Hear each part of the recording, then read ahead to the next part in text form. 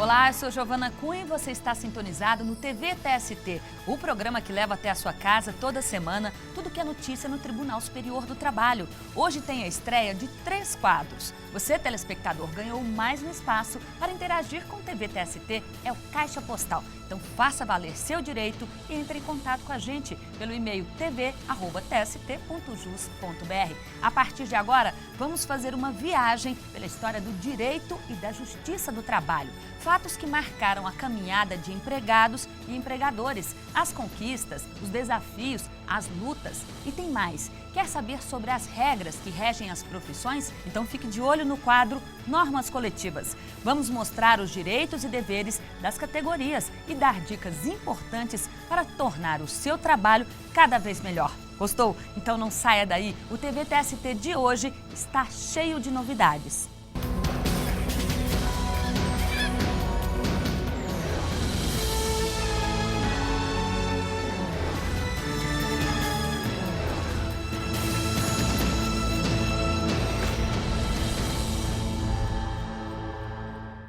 E para ficar bem informado, vamos às notícias que marcaram a semana no Tribunal Superior do Trabalho.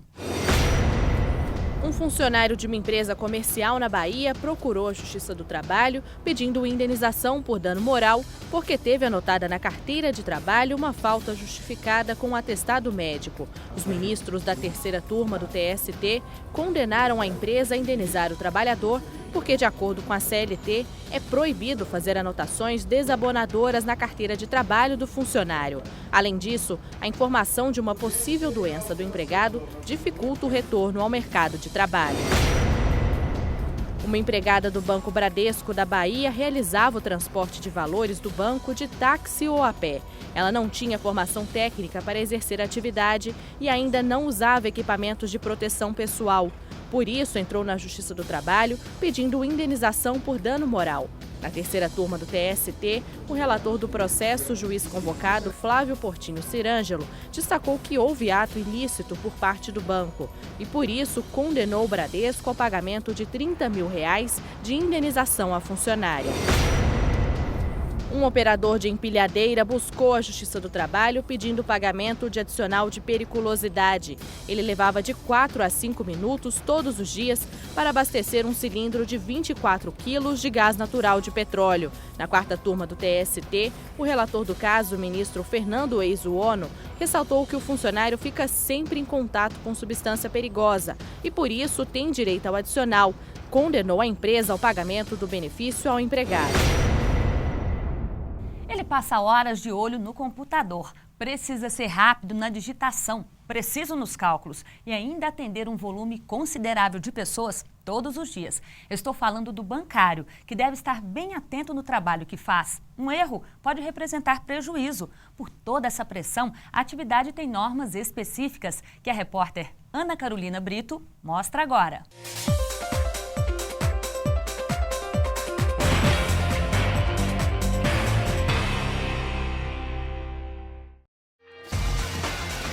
Dinheiro e muita responsabilidade nas mãos. A rotina dos bancários, planilhas e contas no computador, atendimento aos clientes e muitas metas a cumprir.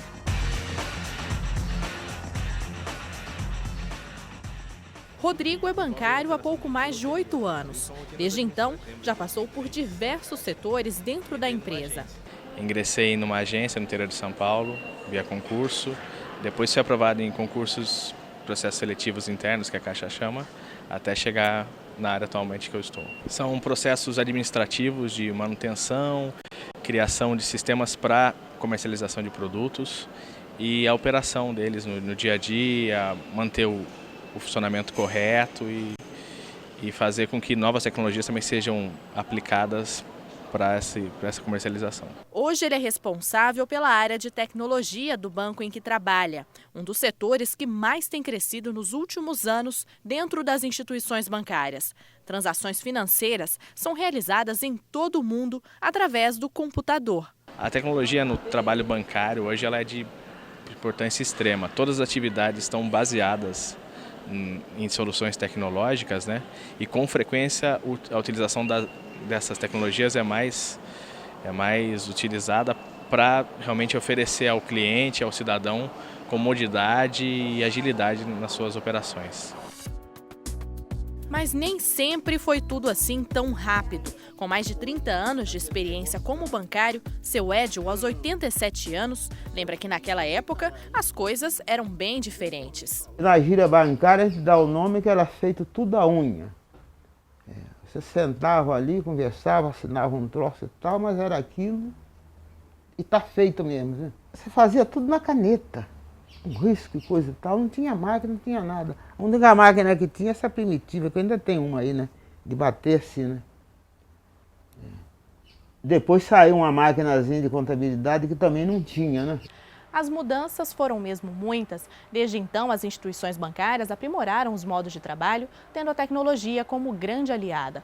Por um lado, a informatização diminuiu o número de funcionários, que caiu de 1 milhão para os atuais 430 mil. Por outro lado, a categoria obteve ganhos ao longo dos anos. Mudanças na lei, acordos em convenções coletivas trouxeram benefícios para esses trabalhadores. A jornada de trabalho é uma delas. A CLT deixa claro, a duração normal dos funcionários de bancos e caixas bancárias é de 6 horas, com direito a um intervalo de 15 minutos. Mas se o empregado exerce cargo de confiança, pode ter que trabalhar por até 8 horas. A jornada de 6 horas é uma das maiores vantagens que nós temos, né? Porque hoje em dia a maioria dos empregos são no mínimo 8 horas, então são 6 horas. É uma área com uma atuação das entidades representativas muito forte, né? Os sindicatos e tudo mais estão sempre nos representando, sempre buscando melhorar nossas condições. E além disso, os bancos comumente oferecem plano de saúde e benefício de alimentação e refeição, que também são garantidos em acordo coletivo. Acordo coletivo assinado no ano passado por representantes dos bancos e dos bancários determinou um piso salarial no valor de R$ 1.900 para quem exerce a função de caixa. Para os escriturários, o piso atualmente é de R$ 1.400. Os bancários ainda têm direito à participação nos lucros e resultados.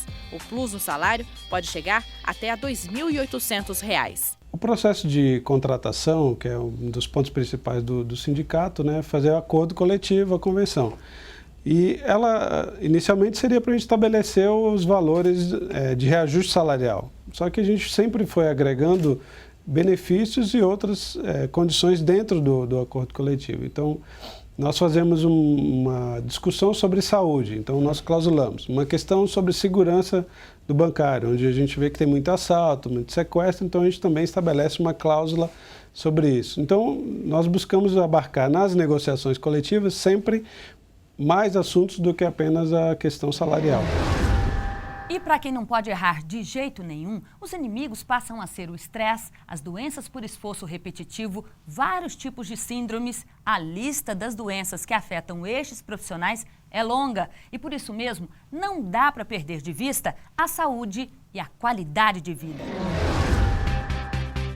As tarefas a cumprir são muitas e os prazos pequenos. Em meio a tanta correria, o empregado precisa se virar e dar conta de tudo. A pressão é ainda maior, já que nesta profissão, um simples erro pode trazer muito prejuízo. Esse corre-corre, esse estresse do dia a dia, principalmente para aquelas pessoas que se cobram muito, pode gerar um quadro de ansiedade, depressão.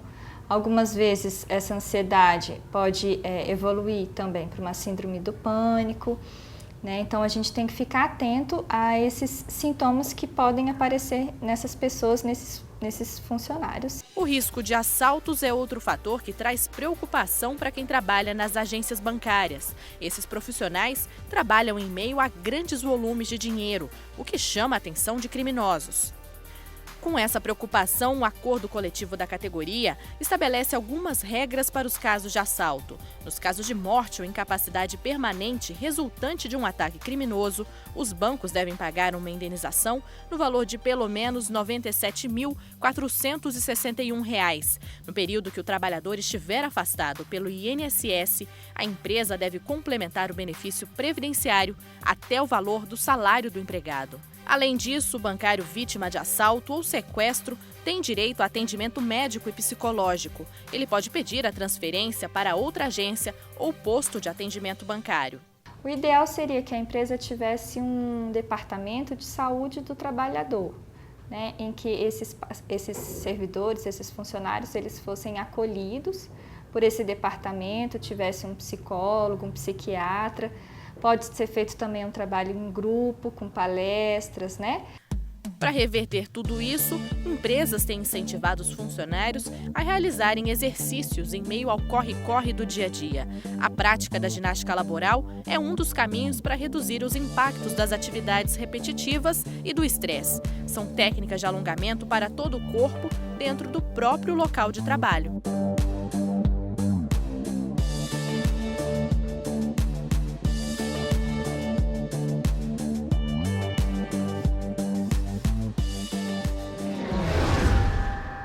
De qualquer parte do país, você pode entrar em contato e tirar as dúvidas sobre a Justiça do Trabalho. A Marlene Rodrigues é metalúrgica e mora em São Paulo. Ela quer saber mais sobre doença ocupacional.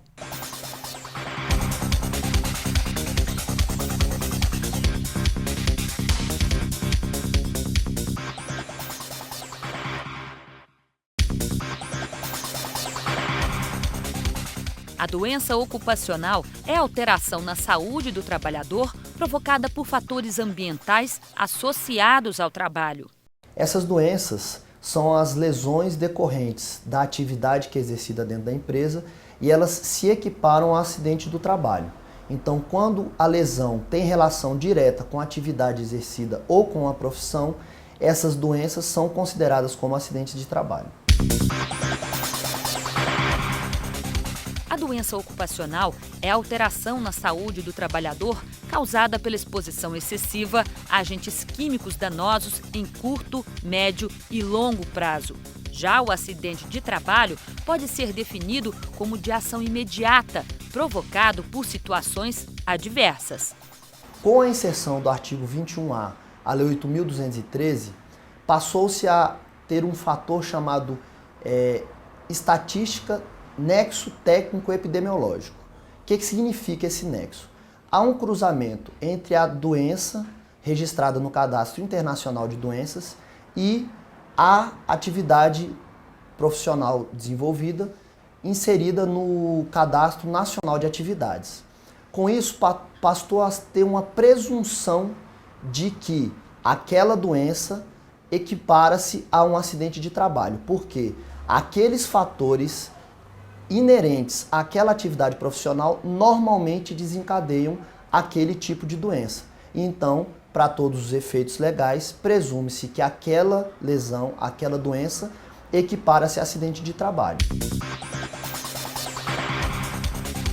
A doença ocupacional pode ser adquirida através da exposição do trabalhador a agentes químicos, físicos, biológicos ou radioativos, em situações acima do limite permitido por lei, sem o uso de roupas ou equipamentos de proteção individual ou coletiva compatíveis com o risco exposto. Comprovada essa ligação entre a doença ocupacional e o acidente de trabalho, seja pela presunção legal de que há um nexo técnico-epidemiológico, seja por meio da emissão de CAT, passa a ter o trabalhador direito a receber o auxílio acidente, né, que é pago pelo INSS, e o trabalhador tem direito, então, depois de recuperada a capacidade laboral, de voltar ao cargo que era exercido e durante um ano ele tem estabilidade.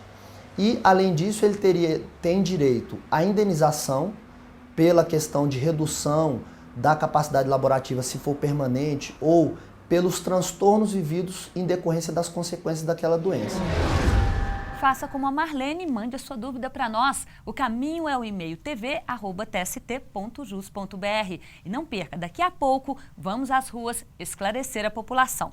Bem, aquela velha situação de comparar o salário de um colega com o do outro que desempenha a mesma função acontece com frequência. Mas não é só a atividade que conta na hora da equiparação salarial. Veja o que diz a súmula 135 do TST. A súmula número 135 do TST diz que para efeito de equiparação de salários em caso de trabalho igual, conta-se o tempo de serviço na função e não no emprego. Esta súmula veio para suprir a dúvida de muitos com relação ao tempo de serviço, a esse tempo de 2 anos. Na verdade, esse tempo de 2 anos é relacionado à função e não no emprego efetivo. Sendo assim, aquele empregado que exerce simultaneamente com o paradigma a mesma função, com igual produtividade e mesma perfeição técnica, por um período não superior a 2 anos, faz jus à equiparação salarial em princípio. Portanto, é necessário preencher outros requisitos além deste para que o empregado tenha a isonomia salarial, quais sejam a mesma localidade que se enquadra no território do município, que seja prestado para o mesmo empregador, que a função seja exercida simultaneamente e que esta função, a diferença do empregado para o paradigma, o que é o paradigma? É aquele modelo que a empresa possui com o salário em que o empregado requer igualdade, essa diferença não seja superior a 2 anos. E não perca, hoje tem uma entrevista especial sobre direito do trabalho e muito mais. No próximo bloco é a vez do julgamento, em 1 minuto. Até já!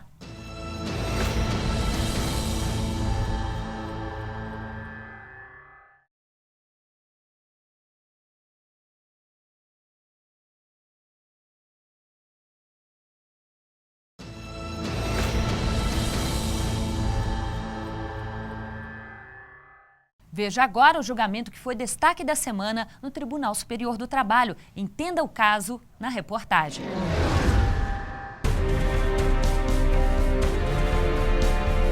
Os sindicatos surgiram no Brasil ainda no século XVIII para defender os interesses dos trabalhadores e lutar pela melhoria salarial e das condições de trabalho. Para garantir a atuação desses grupos, os dirigentes sindicais têm, por lei, algumas garantias. De acordo com a CLT, os líderes dos sindicatos têm direito à estabilidade no emprego desde o registro da candidatura ao cargo de direção ou representação sindical até 1 ano após o final do mandato. Eles só podem ser demitidos se cometerem falta grave no serviço. A mesma regra também é aplicada ao suplente. Os 7 têm direito à estabilidade sindical, 7 dirigentes, mais os seus 7 suplentes. Em Brasília, um funcionário eleito para o cargo de delegado sindical foi demitido sem justa causa pela empresa em que trabalhava. Ele entrou na justiça pedindo a reintegração ao emprego e o pagamento dos salários que deixou de ganhar. No TST, o caso foi julgado pela Seção 1 de Dissídios Individuais. A relatora, ministra Delaide Miranda, entendeu que o engenheiro tinha direito à estabilidade sindical. Ela determinou a reintegração do funcionário e condenou a empresa a pagar todos os salários desde o período em que ele foi afastado até o final da estabilidade. Acompanhe agora a decisão dos ministros do TST. Relatora excelentíssima senhora ministra Delaide Miranda Arantes. Embargos em recurso de revista 125.600 de 2003. Embargante Marcos Vinícius Fusaro Mourão. Embargada Marte Engenharia Limitada. O julgamento desse processo foi suspenso a pedido da excelentíssima senhora ministra relatora, após sua excelência não ter conhecido o recurso de embargos. Ministra relatora. Senhora presidente, a Igreja, terceira turma, ao examinar o tema estabilidade provisória de dirigente sindical, conheceu do recurso de revista da reclamada por violação do artigo 522 da CLT e, no mérito, deu-lhe provimento para restabelecer a sentença mediante a qual fora julgado improcedente o pedido de estabilidade provisória formulado pelo reclamante. O meu voto anterior era no sentido do não conhecimento do recurso de embargos. Entretanto, com vista regimental, após as sustentações orais e melhor analisando a matéria, proponho o conhecimento do recurso do reclamante por divergência jurisprudencial. Da análise dos embargos de declaração opostos pelo reclamante ao acórdão exarado, destaco a afirmação consignada pela turma. Aspas, a função desempenhada insere-se na previsão do artigo 538, parágrafo 4º da CLT, suplente de delegado sindical. E prossegue o acórdão, aspas. Entretanto, como bem registrou o acordo embargado, a condição do autor não o enquadra como dirigente sindical na forma do artigo 522 da CLT, não tendo jus, assim, a estabilidade provisória pleiteada, fecho aspas. Assim, data vênia, se o reclamante era delegado sindical, nos termos do artigo 538, parágrafo 4º da CLT, como esclarecido pela turma, e sempre pleiteou a estabilidade prevista no artigo 543, parágrafo 3º, também da CLT, a decisão que conheceu do recurso da reclamada, por violação do artigo 522 da CLT, e deu-lhe provimento, diverge dos arestos oriundos da primeira e quinta turma. Eu trago no voto o inteiro teor dos paradigmas. Desta forma, eu conheço do recurso de embargos por divergência jurisprudencial e, no mérito, a controvérsia gira em torno da possibilidade de um empregado eleito para compor o Conselho de Representantes junto à respectiva federação ou confederação, ainda que suplente, ser detentor de estabilidade. A hipótese dos autos é distinta daquela consubstanciada na orientação jurisprudencial 369 desta SDI 1. Assim, o delegado sindical, que não está compreendido na definição do cargo de direção ou de representação sindical submetido a processo eletivo, é aquela cuja previsão encontra disciplinada nos artigos 517, parágrafo 2º e 523 da CLT. No caso, ao contrário, discute-se acerca do delegado sindical do Conselho de Representantes da Federação respectiva, previsto no artigo 538b, parágrafo 2º e 3º da CLT. Feitas essas considerações, a questão cinge-se em saber se o cargo para o qual o reclamante foi eleito lhe confere estabilidade sindical, uma vez que ele não é delegado sindical nos termos do artigo 517, parágrafo 2º e 523 da CLT, mas sim empregado eleito para o Conselho de Representantes junto à Federação, nos termos do artigo 538 da CLT. Com efeito, os empregados eleitos para o Conselho de Representantes junto à Federação têm a proteção legal contra a dispensa imotivada, nos termos do artigo 543, parágrafo 3º. O reconhecimento da estabilidade do delegado da Federação é, portanto, medida que se impõe... Já houve sustentação, não? Porque, embora não seja um membro da diretoria, é um órgão da administração da federação ou da confederação que não pode ser excluído da garantia de emprego prevista em lei. É de se ressaltar que o fato de ser suplente não impede a reintegração postulada, uma vez que os artigos 8º, inciso 8 da Constituição, e 543, parágrafo 3º da CLT, conferem estabilidade provisória ao empregado sindicalizado eleito para o cargo de direção ou representação sindical, bem como para todos os suplentes. Assim, dou provimento ao recurso de embargos para restabelecer a decisão do regional, mediante a qual foi reconhecida a estabilidade pleiteada e determinada a sua reintegração com o pagamento dos salários do período de afastamento até o final do período da estabilidade. Eu trago, na minha proposta de voto, precedentes. É a proposta, senhor presidente. Ministro Ives, Vossa Excelência tem a palavra. Senhor presidente, eu vou colocar aqui as minhas perplexidades e as minhas dúvidas para ver se, entre nós todos, conseguimos chegar a uma conclusão. Vejam o seguinte, primeiro vou ver o ordenamento jurídico para depois ver como a gente resolve o caso concreto. O que a nossa súmula 369 diz, seguindo na esteira da jurisprudência do Supremo? No inciso 2, o artigo 522 foi recepcionado pela Constituição Federal, fica limitada assim a estabilidade a que alude o artigo 543, parágrafo 3º da CLT, a 7 dirigentes sindicais e igual número de suplentes. Ou seja, só 7 diretores que vão ter estabilidade e os seus eventuais 7 suplentes. Então, esse é o ordenamento jurídico. Dados que eu tenho no acórdão regional e dados que eu retirei compulsando indiscretamente as peças do processo. Tá? Então, eu fico limitado àquilo que está no acórdão regional. O acordo regional só diz para mim, foram 8 os membros eleitos para a diretoria e 3 para o Conselho Fiscal, além dos 2 membros efetivos para atuarem junto à Federação Nacional, sendo o reclamante suplente. O que eu extraio dessa descrição fática? Não que só existia um suplente de todos, é que o reclamante era suplente. De quem? Dos 2 delegados junto à federação. Fui indiscretamente olhar aqui na folha, aqui na ata de cessão de posse. Na verdade, só não havia nenhum suplente da diretoria, dos 8 diretores, não havia nenhum.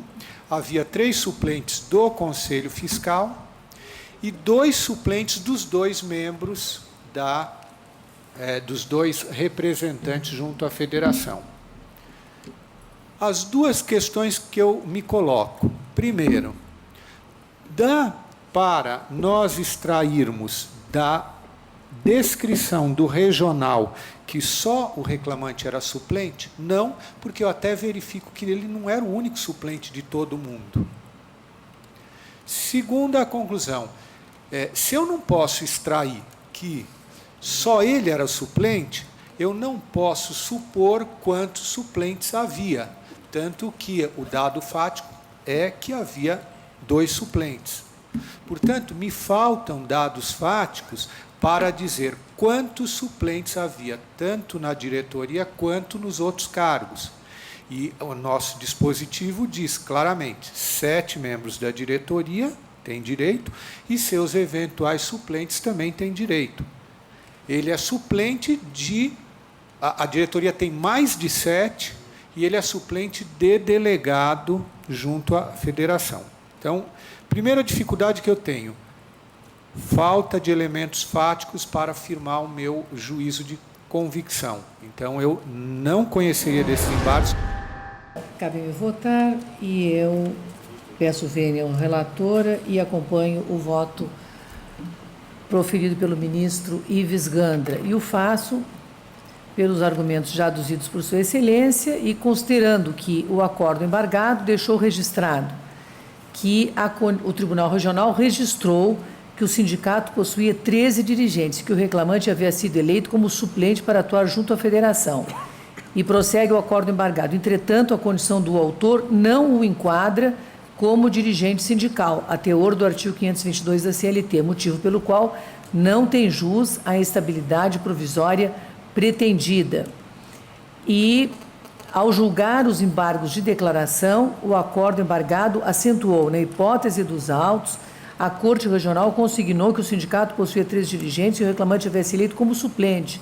De certo, a função desempenhada insere-se na previsão do artigo 538, parágrafo 4º da CLT. Entretanto, como bem registrou o acordo embargado, a condição do autor não o enquadra como dirigente sindical na forma do artigo 522 da CLT, não tendo jus, assim, a estabilidade provisória pleiteada.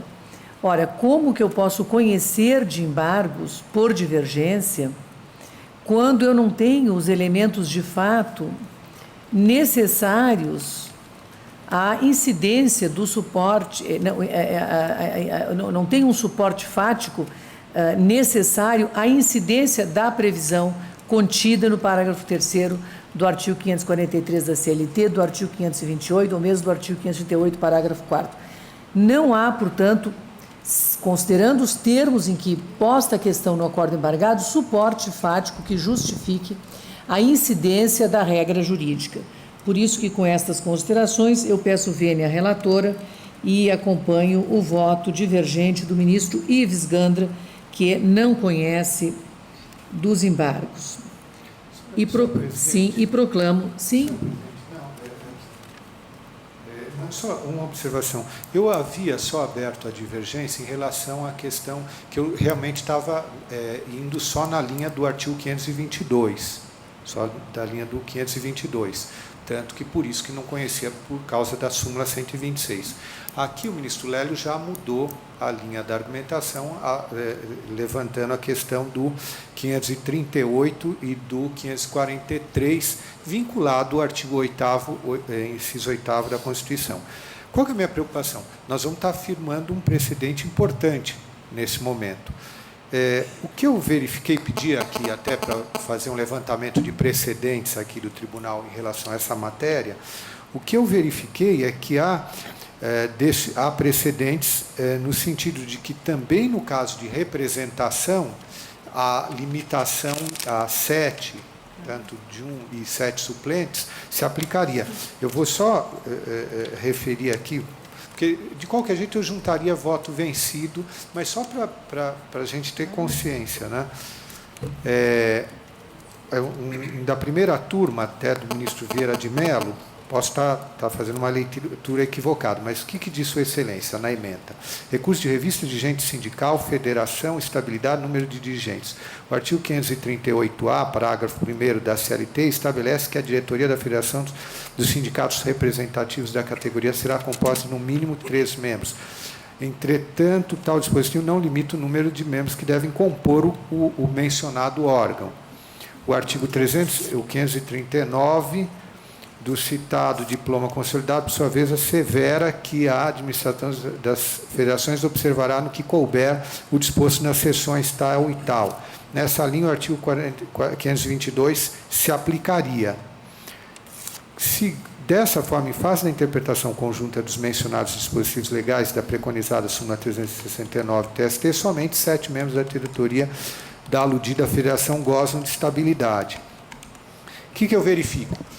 Esse precedente seria usar o 522 para o item A do 538, não, em princípio, ao item B, que é Conselho de Representantes. Para a diretoria. Isso. Depois, o outro precedente que tenho aqui, deixa eu ver se tem mais um. Embargos, acordo do ministro Horácio, suplente dirigente de federação.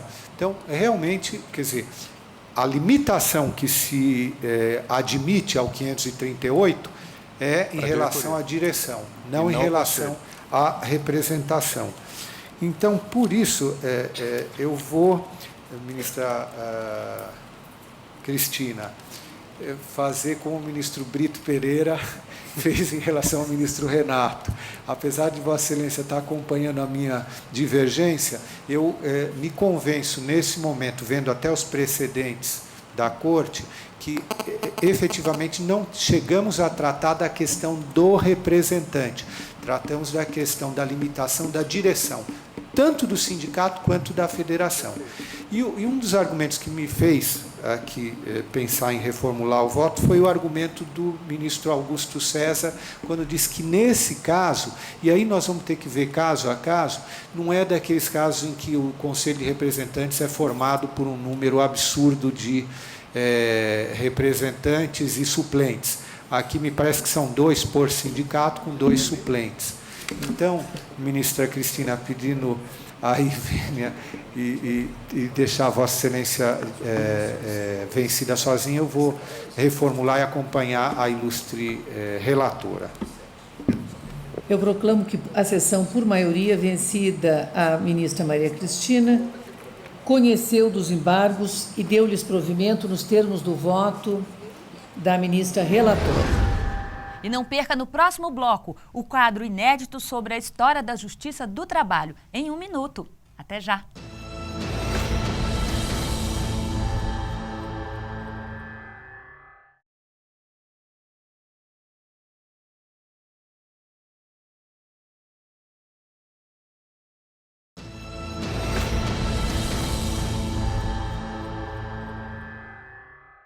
Hora do telespectador marcar presença no TV TST. A atendente de call center, Gabriela Martins, quer saber.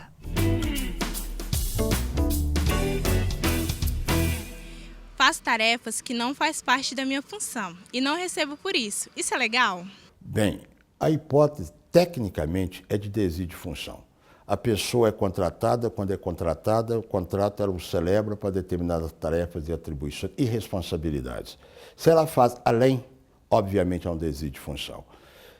Não se cogita, não se há de cogitar de adicional. O adicional é previsto em lei. Há adicional de horas extras, adicional de insalubridade, adicional de periculosidade. O que há de se cogitar quando há desvio de função é se você está fazendo trabalhos que são atribuídos a outro empregado. Nessa hipótese, se você faz trabalho de outro empregado e faz exatamente o que o outro empregado faz em sua totalidade, você vai fazer jus, terá direito às diferenças salariais em decorrência desse desvio de função. A origem e a evolução do direito do trabalho, o empregado, o empregador, temas como a terceirização, dano moral e decisões que acompanham a evolução da sociedade fazem parte de uma obra que já está na 11ª edição.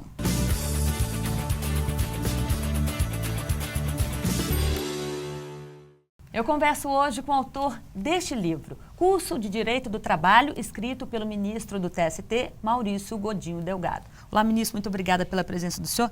É um ministro, prazer grande. Esse é um livro que precisa de atualização todos os anos? O direito tem essa característica, porque o direito é produzido não só pelo legislador, mas ele é aplicado também pelos tribunais, pelos juízes e tribunais. E nessa aplicação pelo judiciário, o direito ele é atualizado. É uma das funções do judiciário, não só fazer com que a norma jurídica seja efetiva na vida real, como também, paulatinamente, atualizar a norma jurídica em face dos avanços da sociedade, das mudanças sociais, das mudanças até mesmo culturais e jurídicas de maneira geral. Nesse contexto, é importante fazer essa atualização das obras jurídicas, não só em face das leis novas que surgem, das emendas constitucionais, das mudanças legislativas, como também em virtude do avanço jurisprudencial. O senhor cita aqui 30 novas situações de dano moral? Exato, isso é uma das novidades, grandes novidades do livro nesta edição. Nós fizemos um cotejo das decisões dos 24 tribunais regionais do trabalho do Brasil e também da jurisprudência do Tribunal Superior do Trabalho, nas suas 8 turmas e na SDI 1, com relação a esse tema do dano moral. Esse tema, conforme nós sabemos, no Brasil, no direito brasileiro, ele se tornou pertinente apenas a contar da Constituição de 1988. Então, no Brasil, ele é efetivamente um tema novo. Ele tem apenas 22, 23, 25 anos de idade.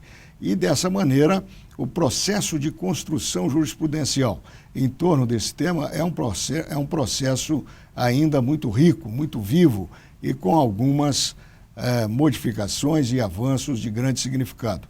Eu procurei levantar cerca de 30 situações de dano moral individual, sem contar as situações de dano moral coletivo, que são um pouco mais raras, é claro, mas que também têm grande importância na nossa vida trabalhista. O senhor pode citar alguns exemplos? São inúmeras as situações que ensejam, pelo menos, o debate sobre dano moral.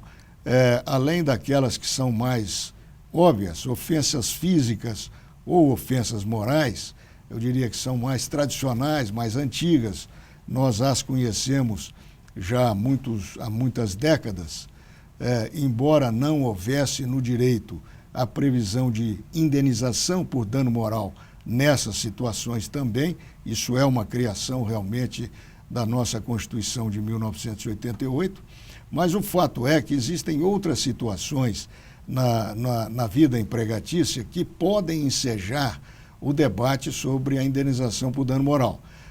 Todas aquelas situações que envolvem o chamado universo da personalidade do trabalhador. Esse universo da personalidade do trabalhador é outra criação e descoberta da Constituição de 1988, pelo menos no direito brasileiro. Anteriormente não se tocava nesse tipo de tema, não há nenhuma referência nem na literatura, E pode haver alguma na jurisprudência, mas era uma referência meramente esparsa. Nós temos situações, portanto, por exemplo, de toda a infortunística do trabalho, que são as doenças profissionais e os acidentes do trabalho, que hoje, além de outras consequências jurídicas que podem acarretar, sem dúvida nenhuma, acarretam a possibilidade de indenizações por danos materiais e por danos morais. Temos também algumas práticas que anteriormente à Constituição de 88 eram muito comuns e que hoje já são práticas censuradas e que naturalmente tenderão a diminuir, mas que ainda existem lamentavelmente na nossa realidade. Por exemplo, as chamadas revistas íntimas, que afrontam a dignidade, a privacidade e a intimidade das pessoas que vivem do trabalho. Temos também situações bastante criticadas hoje em dia, que até imaginamos que no futuro irão desaparecer, mas que ainda temos exemplos na jurisprudência. Por exemplo, as chamadas listas sujas de trabalhadores, sejam aqueles trabalhadores que participam de movimentos sindicais, de reivindicações dentro do ambiente empresarial, sejam aqueles trabalhadores que ingressam, que exercem o seu direito de cidadania e ingressam com ações na Justiça do Trabalho. Há casos relativos a essas chamadas listas sujas, entre aspas, que são criadas como forma de discriminar o acesso desses trabalhadores ao mercado de trabalho. Outro exemplo também que era comum no passado e hoje, naturalmente, estão sendo censurados e certamente tenderão a desaparecer, é o que todos esperamos, aquelas anotações desabonadoras na carteira de trabalho. Obviamente que não são corretas, não podem acontecer e podem ensejar naturalmente uma indenização. Todas as formas de discriminação que podem acontecer no ambiente do trabalho, assim como podem acontecer na sociedade civil de maneira geral. Se ocorrerem no ambiente do trabalho, ensejam uma questão que envolvem empregado e empregador. Nós temos também inúmeras outras, são 30 situações, como divulgação de dados pessoais e profissionais de trabalhadores sem autorização, naturalmente, a utilização da imagem do trabalhador sem autorização ou sem uma retribuição material. Em suma, são realmente inúmeras situações que antes não existiam no direito do trabalho e que foram, de certo modo, previstas genericamente pela Constituição da República, que criou esse instituto, que é a proteção aos direitos da personalidade do ser humano, que vive do trabalho, e que hoje ensejam uma série de situações novas, algumas antigas, mas situações de grande relevo na vida do trabalho. Agora, o que não significa também, ministro, que no ano que vem, quando o senhor fizer uma nova atualização, o senhor não vai ter aí várias outras formas de dano moral, né? Ministro, agora eu queria falar sobre teletrabalho e home office, que é a ampliação do conceito de subordinação. O que significa o teletrabalho hoje para o trabalhador? Exatamente, é uma forma de trabalho muito importante que praticamente se deflagrou de um modo mais significativo a partir dos anos de 1990. Conforme sabemos, o microcomputador ele é originado em 1980, 1981, e a internet foi reconhecida oficialmente como uma forma divulgada e de fácil acesso de comunicação em torno do ano de 1990, 91 ou 92. A internet, portanto, tem cerca de 20 anos e já produziu essa revolução em nossas vidas. O teletrabalho, embora ele pudesse existir antes dessa época, a verdade é que não era comum. Hoje ele se torna uma forma comum de trabalho, praticamente todos nós utilizamos em alguma medida do teletrabalho através da internet, do microcomputador e também, naturalmente, através de outros meios telemáticos de comunicação, como o exemplo mais claro também é o telefone celular, além da telefonia tradicional. O fato é que essas formas novas de comunicação e de exercício do trabalho e da inteligência humana propiciaram uma realidade nova, que é a circunstância de vários indivíduos em várias funções, em várias carreiras, em vários tipos de trabalho, em vários tipos de empresa, não são caracterizados por um único tipo de empresa, de setor econômico, eles podem realizar pelo menos uma parte significativa do seu trabalho até mesmo em casa, ou eventualmente em deslocamento, como acontece nos deslocamentos em que o indivíduo leva um laptop conectado à internet e pode eventualmente realizar pelo menos parte do seu trabalho. Trata-se de uma realidade nova que o direito naturalmente tem que regular. Como é que conta a carga horária de trabalho nesse caso, ministro? Porque eu estou em casa, estou trabalhando, e como que o meu empregador vai saber que eu estou realmente trabalhando? Exatamente. É claro que nós estamos vivenciando um processo de mudança em que nós provavelmente ainda não entendemos inteiramente quais são os reflexos e quais são, digamos assim, as potencialidades desse processo de mudança, até onde que ele vai.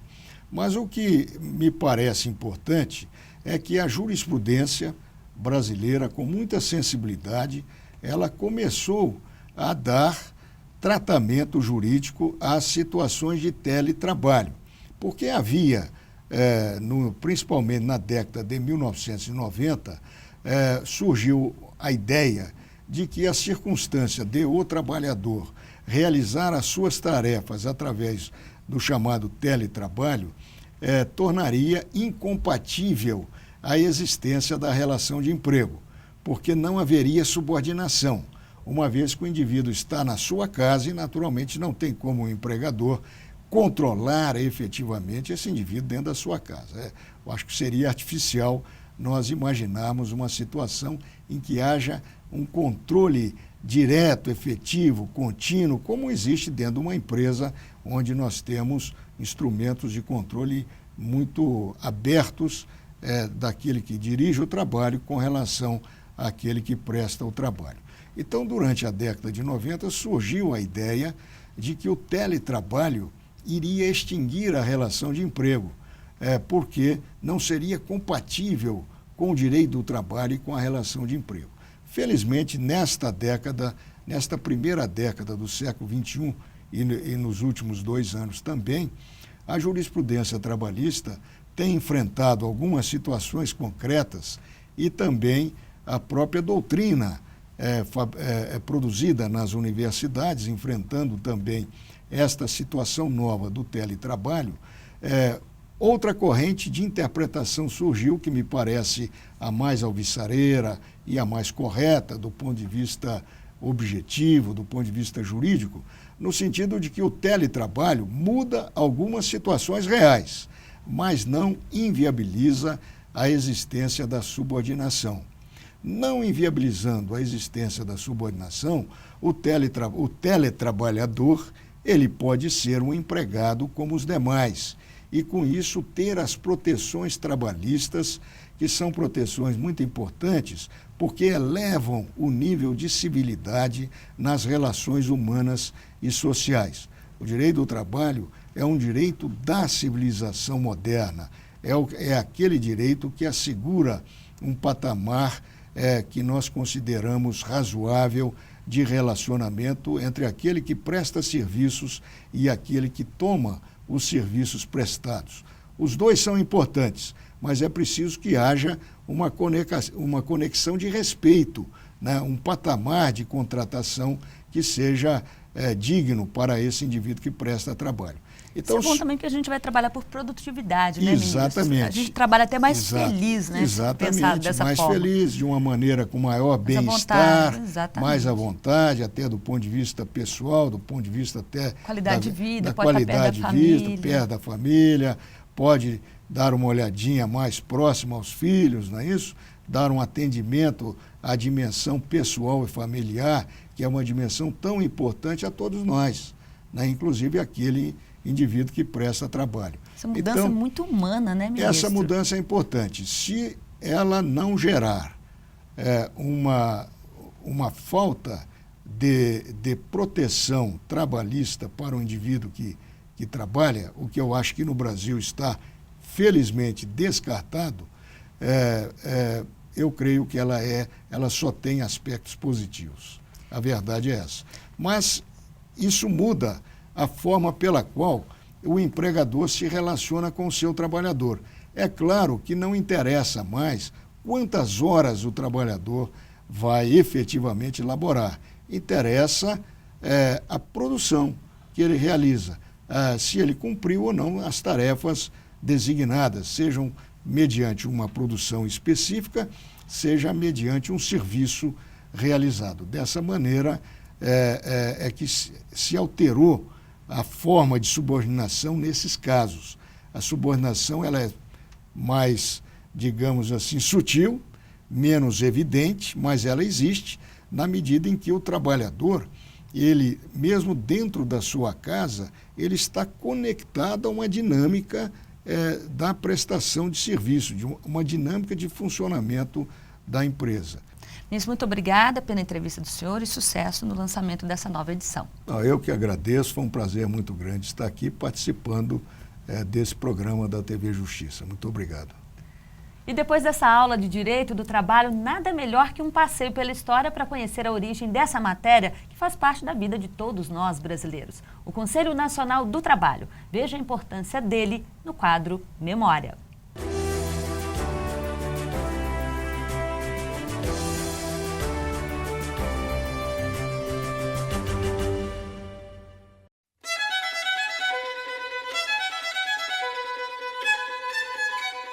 A primeira fase significativa da evolução do direito do trabalho no Brasil acontece no período de 1919 a 32. Foram 13 anos de muitas transformações provocadas pela Primeira Guerra Mundial, a assinatura do Tratado de Versalhes e o surgimento da OIT, Organização Internacional do Trabalho. Movimentos que incentivaram o governo brasileiro a dedicar mais atenção às questões trabalhistas. Nós viemos de um sistema escravocrata e as pessoas começaram a demandar, a sentir a necessidade de ver esses direitos muito mais na prática do que no papel ou na forma como era colocada, vamos colocar assim, meio romântica, né? Tinha a questão romântica dos direitos.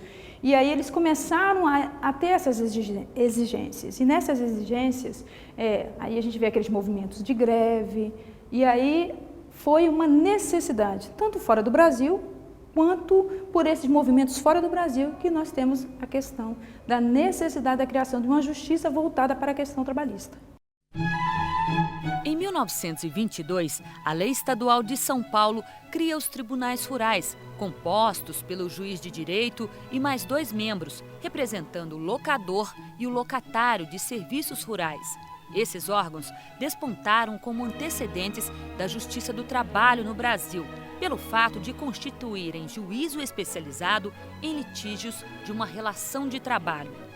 Esses juízes, né, rurais e esse pessoal que estudava e decidia as questões, eles sentiam necessidade de que houvesse um tratamento específico para essas questões, porque elas ultrapassavam as questões que eles mesmos lidavam. Não era uma coisa voltada para a área deles, era uma justiça que atendia muitas demandas, porque a justiça comum e essa própria justiça, ela atendia coisas muito mais delas mesmas específicas, e elas sentiam, careciam, necessitavam de uma justiça direcionada para estudar esses, né? Porque são assuntos bem controversos que a gente vê. Até hoje aí, a gente vê essas questões trabalhistas, as questões de greve, as questões de acidentes de trabalho.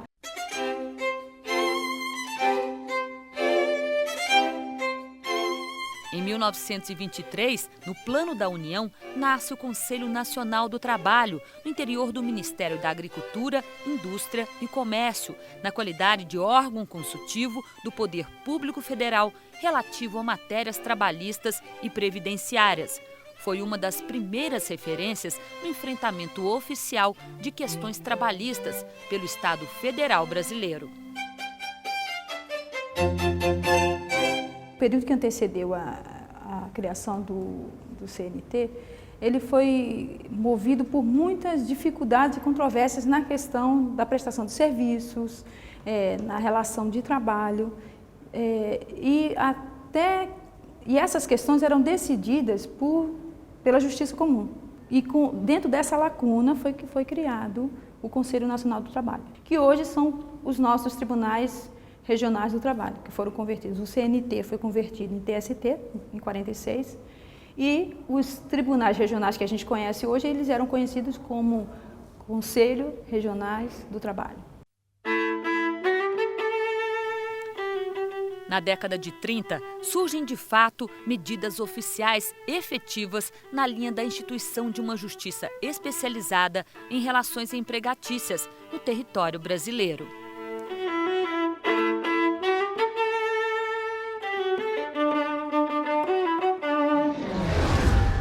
E não deixe de acompanhar as decisões do Tribunal Superior do Trabalho no Twitter, no Facebook, no YouTube e em tempo real acesse o site tst.jus.br.